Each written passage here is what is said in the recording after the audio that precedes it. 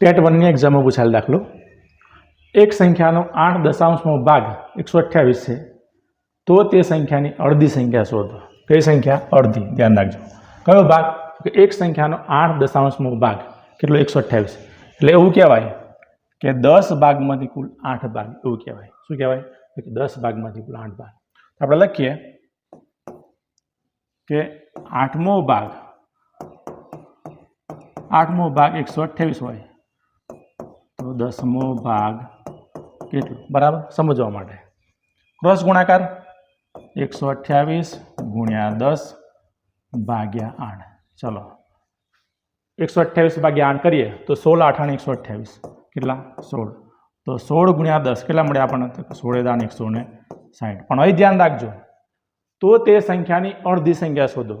160 ના અડધા એટલે કે 2 કેટલા મળે આપણને? તો કે 80 × 2 = 160. 80 મળે.